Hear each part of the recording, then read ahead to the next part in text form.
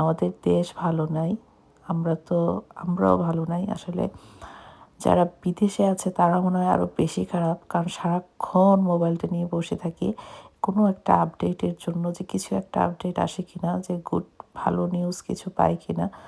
But আসলে এখনও পাওয়া যাচ্ছে না। আল্লাহই ভালো জানে, আল্লাহ রহম করুক। এতগুলো প্রাণ হারাচ্ছে দেখে তো চোখে পানি চলে আসে আসলে। আর সবচেয়ে আরও বেশি কষ্ট হচ্ছে যে একটা দেশের খবর নেওয়া যাচ্ছে না, একটা খবর পাওয়া যাচ্ছে না।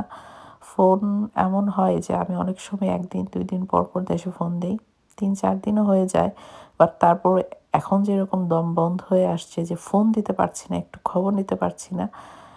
আসলে এটা অনেক কষ্টের। যারা বিদেশে আছে ওরা বলতে পারবে যে কোনো ফোন দেওয়া যাচ্ছে না। তারপরও আমি একটু দিয়েছিলাম টাকা ঢুকিয়ে, কিন্তু হ্যালো ছাড়া আর কিছু শোনা যাচ্ছে না আরকি।